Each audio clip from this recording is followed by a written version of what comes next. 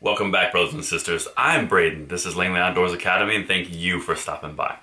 Alright guys, the content for today is something that I've been hinting at and talking about for about a month now, and this is really important because it's starting to come true in the media, but also in the Democrat circles. You can see it everywhere, from all the way from Biden's cabinet all the way down to the media. But guns and a crime wave, is that what's going to defeat the Democrats in 2022? Because you and I both know we are driving towards 2022. We are motivated to preserve our Second Amendment rights, and we are doing amazing work every day here on this channel, you and I together. You guys are sharing this stuff, and it's incredible. But now, check out the article that I have for you. We're going to talk about in depth exactly what we've been discussing. It's starting to go mainstream, and they're scared, guys. This is a big deal. So, as always, it's linked in the description box below, right below the newsletter sign up. And let me know what you guys think about this content, because I think we're onto something, and I think this is becoming more popular. But check this out. Let's dive in. So, the article that we're talking about tonight is labeled Biden Gun and Police Policies Threaten Democrats' 2022 Midterm Prospects. That's exactly what we've been talking about on this channel, because that was something we immediately said back in February. Was the liberal side of the Democratic Party always tends to overreach. They always do it. In 1994, you had Clinton going after the assault weapons ban. Immediately destroyed in the House. Obama, 2008, healthcare plan. Immediately destroyed in the House. They're doing it again, in this time in Biden's administration. And hopefully, 2022 will lead to the same outcomes. But we'll get the right people in there, not these rhinos that we see all over the place. But let's keep going. You're going to start seeing stuff like this, guys. This is how you know they're scared. Gun violence surge possible with new permitless carry law launch, warns Democratic lawmaker. So, what they just tried to do here, the media is trying to make a potential issue a real issue in a headline. See? Read this headline again. Gun violence surge possible with new permitless carry law launch, warns Democratic lawmaker. That's out of Tennessee. So there was no increase in crime. Nothing actually happened, but it's possible. So the possibility of an increase in crime is the headline. You see that? It's not the crime, it's the possibility. You're going to start seeing a lot more of that. Take it to the bank. But let's dive into actually what they're saying in this article, because there's some really good stuff here. With violent crime on the rise in cities across the country, President Biden is attempting another high-wire act with a renewed push for gun control measures that could embolden his critics on the right and dismay and divide his own party ahead of the critical 2022 midterm elections, what we've been talking about. And this is the data behind it. Across 34 U.S. cities, the homicide rate surged 24% in the first quarter of 2021, with 193 more murders than in the same three-month period 1 year earlier, according to a report from the National Commission on COVID-19 and Criminal Justice. What could be the difference? Maybe a mainstay Democratic policy that they're trying to distance themselves from? Not saying what it is, just saying. Biden's focus on gun crimes could provide fodder for the Second Amendment advocates, you and me, who have accused him of attacking legal gun ownership, and for Republican lawmakers who have argued that Democratic calls to defund the police are most responsible for the crime wave.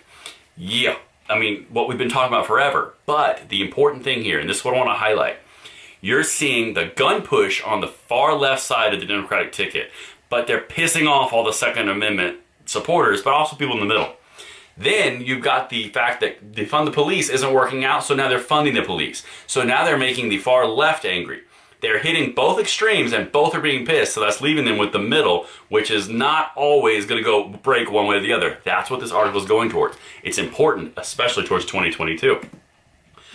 The president also risks alienating progressives, wary that his tactics will undercut their push for law enforcement reform. That's what I was talking about with the far left. Deepening party divisions at a time when Democratic control of Congress is in jeopardy. Again, 2022. While many progressive Democrats have called for sweeping budget cuts for police, Biden's plan encourages cities to use COVID-19 relief funds to hire more officers, among other measures. Now, we talked about that here.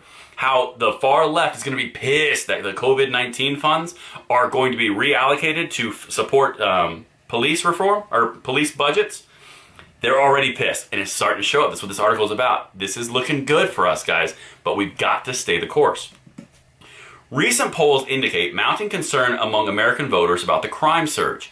More than 73% of Americans think crime is on the rise nationally compared to 1 year ago, according to the results of a Fox News poll conducted in late May. 72% of respondents said that they either had a great deal or fair amount of trust and confidence in the police. That is running in direct opposition to their main tenet of defund the police. I'm not hitting on the politics of defund the police.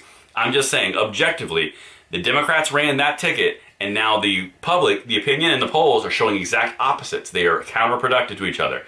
That's where we're heading, and that's why it's such a big deal. Even more important, if you guys have been watching the New York primary for the mayor, this is a really big tell, because look what happened in New York just now, and this is big. The crime wave dominated New York City's Democratic mayoral primary, where moderate candidates, including the expected winner Brooklyn Borough President Eric Adams, campaigned on a pledge to prioritize public safety. This is the guy who used to be a police chief, and he just got elected in New York City, a central powerhouse of the Democratic Party. Do you guys see this picture that's painting? They're pissing off the right people. They're pissing off the far left people because they're going against both parties. That's not a way you win and consolidate power. That's why we're going to hit so hard on 2022. And the last thing here is what the Democrats are saying, and they're kind of hinting at. Some top Democrats, including members of the Biden administration, have already begun efforts to deflect GOP efforts at painting the Democrat Party as the party of defund the police, which everyone knows they are. The most notable case came during a White House briefing when Biden Press Secretary Jen Psaki declared Republicans had defunded the police by failing to support the American Rescue Plan because within the $1.9 trillion in funding they mostly opposed was money for the police.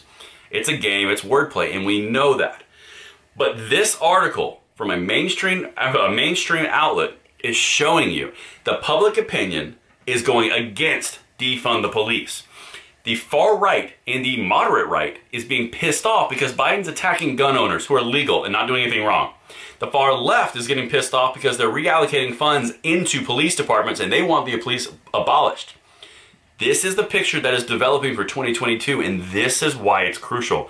We put the right people in office to really solidify our rights. This is big, guys. This is starting to transition and set up for a really beautiful 2022, but we have to do our work and come out and get out in front of it. But that's what I have for you tonight. Check out this article. Let me know what you guys think below. And until tomorrow, I'm Braden. See you later.